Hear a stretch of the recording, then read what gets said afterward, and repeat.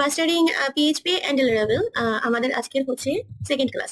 তো সেকেন্ড ক্লাসে আমরা দেখবো যে আমাদের পিএইচপি ভেরিয়েবল এবং কনস্ট্যান্ট কি। আমরা প্রথম ক্লাসে এনভায়রনমেন্ট সেটআপ থেকে শুরু করে কিভাবে আপনি একটা পিএইচপি কোড রান করবেন সার্ভার সাইটে এবং আউটপুট বের করবেন সেটা আমরা দেখেছিলাম।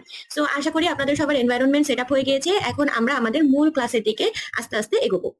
আচ্ছা, তাহলে আমি এখন দেখবো হচ্ছে পিএইচপি ভেরিয়েবল কি। ভেরিয়েবল হচ্ছে একটা কন্টেইনার, হ্যাঁ, যেটার ভেতরে আমরা ডেটা স্টোর করতে পারি। কোন ভেরিয়েবল হচ্ছে একটা স্টোরেজ সিস্টেম। ভেরিয়েবল কি? এই যে একটা ভেরিয়েবল দেখেন, এই যে কোনটা ভেরিয়েবল, এই যে একটা রেজাল্ট, একটা ভেরিয়েবল এখানে। হ্যাঁ, এখানে আমি একটা ভেরিয়েবল কিভাবে লিখবো? একটা ভেরিয়েবল লেখার রুল হচ্ছে অবশ্যই আপনার এটা ডলার সাইন দিয়ে শুরু হতে হবে। আমরা কি দিয়ে শুরু করছি? রেজাল্ট একটা ডলার সাইন দিয়ে শুরু করছি। আপনি আপনার ভেরিয়েবল নেম এনিথিং হতে পারে। এখানে আমি রেজাল্ট দিছি, আপনি এখানে দিয়ে দেন পিকো। তাহলে আপনার এখানে কি আউটপুট কি হবে? পিকো। তাহলে আপনার এখানে রেজাল্ট যে রেজাল্টে দিতে হবে তা না, আপনি আপনার নাম দিয়ে দেন। আপনি আপনার নাম দিয়ে দেন, আমি আমার নাম দিয়ে দিলাম ইজা। ঠিক আছে, এনিথিং আপনি এনিথিং দেন। ভেরিয়েবলের নাম আপনার মন মতো দিতে পারবেন, কিন্তু তার কিছু রুলস আছে, অবশ্যই আপনার রুলস ফলো করতে হবে। ভেরিয়েবল অবশ্যই একটা লেটার অথবা আন্ডারস্কোর দিয়ে শুরু হতে হবে। আপনি এটা অবশ্যই একটা লেটার অথবা আন্ডারস্কোর দিয়ে আপনি শুরু করতে পারবেন, কিন্তু আপনি কিন্তু এখানে নাম্বার ব্যবহার করতে পারবেন না। মানে শুরুতে আপনি এখানে এই দিলেন টু পিকো, হবে না। আপনার অবশ্যই এটা একটা লেটার অথবা একটা আন্ডারস্কোর দিয়ে আপনি ভেরিয়েবল শুরু করতে পারবেন। লেখার একটা ধরন আছে, কেস সেনসিটিভ ভেরিয়েবল, কিন্তু কেস সেনসিটিভ। আপনি কোথাও লিখলেন এরকম হ্যাঁ নেম, তারপর আপনি আউটপুট চাচ্ছেন এই মানে বড় হাতের অ্যালফাবেট দিয়ে, তা কিন্তু হবে না। হচ্ছে ডোন্ট ইউজ স্পেসেস, কোনো স্পেস ব্যবহার করতে পারবেন না। Or any special character in the name, আপনি কোনো স্পেশাল ক্যারেক্টারও ব্যবহার করতে পারবেন না। ওকে, দেন আমি আসি একটা সিনট্যাক্সে। ভেরিয়েবলের একটা সিনট্যাক্স কিরকম হয় দেখি। এই যে একটা ভেরিয়েবল, হ্যাঁ, ডলার সাইন দিয়ে শুরু করলাম, ভেরিয়েবলের নেমটা থাকবে এবং তারপর আমরা দিব হচ্ছে ভ্যালুটা। তাহলে দেখি আমরা একটা এক্সাম্পল, যদি আমরা আমাদের সিনট্যাক্স দিয়ে শুরু করি, যেটা আমরা প্রিভিয়াস ক্লাসে দেখে এসেছি। আচ্ছা, আমি আপনাদের এক্সাম্পল হাতে কলমেই দেখাই। আমি আরেকটা ফাইল নিচ্ছি, ভেরিয়েবল ডট পিএইচপি। আচ্ছা, আমাদের সিনট্যাক্স কি ছিল? Starting and then closing PHP. তাহলে আমি একটা ভেরিয়েবল নিলাম হচ্ছে আমার নেম ভেরিয়েবল, হ্যাঁ, ডলার সাইন দিয়ে শুরু করলাম। আমার নাম হচ্ছে নাম হচ্ছে ইজা। ঠিক, আমি এজ নিলাম, এজ দিচ্ছি হচ্ছে 24। আচ্ছা, আমি স্ট্রিং টাইপের ভেরিয়েবল নিয়েছি, তো আমি স্ট্রিং নিলে অবশ্যই আমার কোটেশনের ভেতর লিখতে হবে, ঠিক আছে। দেন আমার এজ হচ্ছে দিলাম 24, এবং তারপরে আমি হচ্ছে ইকো করব, আচ্ছা, নেম এজ। দেন আমি হচ্ছে এডুকেশনাল কোয়ালি কোয়ালিফিকে কোয়ালিফিকেশন এডুকেশনাল কোয়ালিফিকেশন যদি দেই, তাহলে আমি দিব হচ্ছে একটা string type masters masters masters degree, ঠিক আছে। দেন দেন আর কি দেওয়া যায়, দেখি এখান থেকে দেখে আসি আর কি আছে। ওকে, আর কিছু নাই। তাহলে আমি এখানে আমি ইকো করব হচ্ছে ফার্স্টে আমি ইকো করব হচ্ছে নেম নেম। দেন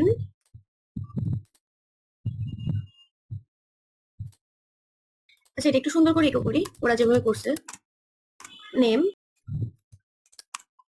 দেন আমি ইকো করব হচ্ছে এজ এজ এডুকেশন এডুকেশন এডুকেশন তাহলে হবে এডুকেশনাল। যেটা নিয়ে নেওয়ার কথা ছিল, নিয়ে নিচ্ছে না কেন? কোয়ালিফিকেশন, ঠিক আছে। আচ্ছা, দেখি এটা কিভাবে আসে। আচ্ছা, আমার ফাইলের পাথটা কি ছিল? আচ্ছা, index dot variable dot PHP না? আচ্ছা, আমি ভেরিয়েবল ডট পিএইচপি এটা দিয়ে করি, দেখি। হ্যাঁ, এই তো চলে আসছে। তাহলে একটা মিনিট, নেম হচ্ছে আমার ইজা আসলো, এজ, আচ্ছা ঠিক আছে। ওকে, তাহলে এই ছিল আমাদের প্রথম টপিক। আচ্ছা, সো রিয়েল লাইফ ইউজ কেসে যদি আমি দেখি, তাহলে কি একটা ভেরিয়েবলের ভিতরে রাখা হয়েছে, এখানে কি নাম রাখা হয়েছে একটা, তার একটা মেইল রাখা হয়েছে, ইজ লগড ইন ট্রু। তো এইগুলো আমরা ইকো করাতে পারবো, এগুলো খুবই নর্মাল জিনিস। তো আমরা কি বুঝলাম? আমরা বুঝলাম যে আমাদের ভেরিয়েবলটা অবশ্যই একটা মিনিংফুল নাম হতে হবে, এবং এখানে আমার অবশ্যই রিডাবিলিটি থাকতে হবে, ক্যামেল কেস ইউজ করতে হবে, মিক্স কেস ইউজ করা যাবে না। কারণ যখন আপনি একটা বড় কোম্পানিতে কাজ করবেন বা একটা ভালো টিমের সাথে কাজ করবেন, তখন কিন্তু আপনার কোডের রিডাবিলিটি থাকতে হবে, ঠিক আছে। তা যাতে অন্য একজন ডেভেলপার এসে আপনি কি কোড করে গিয়েছেন বা কোড করছেন সেটা বুঝে, না হলে কিন্তু আপনি এনি টাইম কিক আউট হয়ে যেতে পারেন। So be careful. Then initialize before, don't leave uninitialized. Okay, এরপর আমরা ভেরিয়েবলটা শিখলাম, এখন আমরা শিখবো হচ্ছে what is constant in PHP. আচ্ছা, constant is a value that can not be changed after it is defined. Constant কি? লাইক ধরেন বাবার নাম, আপনার বাবার নাম কি কখনো চেঞ্জ হবে? হবে না। মায়ের নাম কি কখনো চেঞ্জ হবে? হবে না। তো এইগুলো হচ্ছে কনস্ট্যান্ট, যেগুলো হচ্ছে কখনো চেঞ্জ করা পসিবল না, ঠিক আছে? ভেরিয়েবলে কিন্তু ভ্যালু অ্যাসাইন করা যায়। আপনি দেখুন, এই যে আমি একটা ভেরিয়েবল নিলাম নাম, আমি এখানে দিচ্ছি ইজা, আমি এখানে ইজা না দিয়ে আমি দিলাম পুতিন, ঠিক আছে? দেখেন এখানে কিন্তু ভেরিয়েবলের ভ্যালু চেঞ্জ হয়ে গেছে। এই দেখেন পুতিন, আমার বিড়ালের নাম পুতিন, ঠিক আছে? বা আমি দিলাম meow, meow. Constant, sorry, what is constant, not variable. আচ্ছা, কনস্ট্যান্ট কি? আমি আরেকটা আমি লাইন নেই, পিএইচপি। ওকে, আমি এখানে যদি আমি দেই হচ্ছে আমি একটা কনস্ট্যান্ট নিব। কনস্ট্যান্ট এখানে আমরা দেখবো হচ্ছে কনস্ট্যান্ট, ঠিক আছে? এই কনস্ট্যান্টের ভিতরে আমি দেখবো হচ্ছে কনস্ট্যান্ট কিভাবে নেয়। আমি একটা কনস্ট্যান্ট নিলাম, কনস্ট্যান্টের মধ্যে আমি হচ্ছে রাখতে যাচ্ছি হচ্ছে ধরেন যে কি রাখা যায়, কনস্ট্যান্ট নিলাম হচ্ছে কি ট্যাক্স রেট, ট্যাক্স রেট। আমি এর ভেতর নিচ্ছি হচ্ছে 15 সামথিং একটা ট্যাক্স আমার আছে, ঠিক আছে? এবার আমি হচ্ছে ইকো করবো ট্যাক্স রেট, ঠিক আছে? আমি ইকো করবো, দেখি কি আসে। হ্যাঁ, এটা তো কমেন্ট আছে, দেখি আমার ট্যাক্স কি আসে। আচ্ছা 15, ঠিক আছে? আর এই গেল কনস্ট্যান্ট। আমি যদি এখানে আরেকভাবে কনস্ট্যান্ট লেখা যায়, আমি যদি ডিফাইন মেথডটা ব্যবহার করি, ডিফাইন দিলে এখানে আমার হচ্ছে কনস্ট্যান্ট নেম দিতে হবে। ডিফাইনের ভেতর দিতে হবে হচ্ছে ফাদার্স নেম, ঠিক আছে? ফাদার দরকারি, ফাদার নেম দিলাম। ফাদার নেম, আমার ফাদার নেম হচ্ছে, ওকে। ডিফাইন মেথডের ভেতর আমি এভাবে হচ্ছে কনস্ট্যান্ট লিখতে পারবো, ঠিক আছে? এবং মানে করতে হবে ইকো হচ্ছে ফাদার নেম, ঠিক আছে? ইকো করতে হবে, দেখি কি হয়। ওকে, চলে আসছে ফাদার নেম।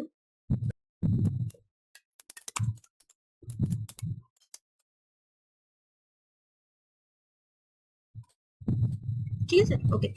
তাহলে এই ছিল আমাদের ভেরিয়েবল এন্ড কনস্ট্যান্ট, ঠিক আছে? তাহলে আমরা কি কি বুঝলাম? আমাদের ভেরিয়েবলের সিনট্যাক্স হচ্ছে ডলার সাইন দিয়ে শুরু হতে হবে, একটা প্রপার রিডেবল নাম থাকবে। আর কনস্ট্যান্ট আমাদের ডিফাইন মেথড দিয়েও শুরু হতে পারে, অথবা আর কি কনস্ট্যান্ট ভেরিয়েবল দিয়েও শুরু, কি বলি, কনস্ট্যান্ট কিওয়ার্ড দিয়েও শুরু হতে পারে। দেন আমাদের ভেরিয়েবলের মান হচ্ছে চেঞ্জেবল, বাট কনস্ট্যান্টের মান কিন্তু চেঞ্জেবল না। অবশ্যই ভেরিয়েবলের আগে একটা প্রিফিক্স থাকবে ডলার সাইন, বাট কনস্ট্যান্টে নো প্রিফিক্স। আর এখানে হচ্ছে স্কোপটা আমরা এখন দেখবো, এটা হচ্ছে ভেরিয়েবল, ফাংশনাল, লোকাল, গ্লোবাল, বিভিন্ন ধরনের স্কোপে থাকতে পারে, বাট কনস্ট্যান্ট অনলি গ্লোবাল, ঠিক আছে? কেস সেন্সিটিভ, এটা কেস সেন্সিটিভ, এবং এটা by default optional case sensitive থাকে ডিফাইনের ক্ষেত্রে, ঠিক আছে? এখন আমরা দেখবো হচ্ছে variable scope. What is variable scope? PHP এর ভেরিয়েবলের বিভিন্ন ধরনের স্কোপ থাকে, হ্যাঁ, যেটা হচ্ছে ডিটারমাইন করে একটা ভেরিয়েবল কিভাবে এক্সেস করা যেতে পারে। ধরেন আমার একটা লোকাল স্কোপ আছে, হ্যাঁ, তাহলে লোকাল স্কোপ হচ্ছে যে আমার ফাংশনটা থাকবে, সেই ফাংশনের ভেতরে আমরা এটা এক্সেস করতে পারবো। কোনটা লোকাল স্কোপ, চলুন দেখে আসি। আমি সাপোজ একটা ফাংশন লিখলাম, এটা আমার লাগবে না, এটা আমি এখন কমেন্ট করে দিচ্ছি। ওগুলা লেখা আমি ভালো মনে করি না, আমি হচ্ছে এগুলারে হচ্ছে কেটে দিয়ে কাট করে এটারে কেটে আমি হচ্ছে এর ভেতর নিয়ে যাচ্ছি। আর এটারে আমি হচ্ছে আপাতত কমেন্ট করে রাখিতেছি। দেন আমি এটারে কমেন্ট উঠাই দিই, এটাও কমেন্ট থাকবে, ঠিক আছে? এখন একটু কোডটারে একটু রিডাবিলিটি বোঝা যাচ্ছে, ঠিক আছে? আগে একটু হিজিবিজি হয়ে গেছিল, হিজিবিজি আমার পছন্দ না, আমি খুবই অর্গানাইজড হতে কাজ করতে পছন্দ করি। তো এখন আমি হচ্ছে কোনটা দেখতেছিলাম যেন, কি যেন দেখতেছিলাম, লোকাল স্কোপ, ঠিক আছে? আচ্ছা, লোকাল স্কোপ। আচ্ছা, লোকাল স্কোপে আমি যদি দেখি, ধরেন যে, আচ্ছা আমি একটা ফাংশন নিলাম গ্রিড। তো গ্রিড ফাংশনে আমি হচ্ছে একটা হচ্ছে ভেরিয়েবল নিই, মেসেজ নিই হচ্ছে হ্যালো। এরপর আমি হচ্ছে ফাংশনটাকে কল করব গ্রিড। তাহলে দেখি আমাদের হ্যালোটা আসে কিনা। ওই আমাদের function hello, okay, it's working. তাইলে এটা হচ্ছে আমাদের একটা লোকাল স্কোপ, যেটা কিনা মানে ফাংশনের ভেতরেই হচ্ছে আছে, ভেরিয়েবলটা ডিক্লেয়ার করা হয়েছে ফাংশনের ভেতরে। এটা যদি আমি গ্লোবাল স্কোপ আর কি করতে চাই, ফাংশনের ভেতর আমার ভেরিয়েবল নেম নেই, তাহলে আমি কি করতাম? তাহলে দেখুন,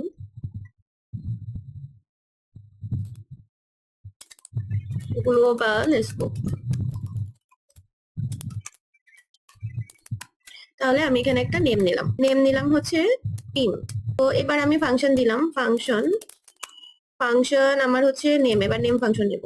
নেম ফাংশনের ভেতরে আমি গ্লোবাল গ্লোবাল কিওয়ার্ডটা নিলাম এবং আমি হচ্ছে নেমটাকে অ্যাক্সেস করব, আমাদের নেমটাকে নেম।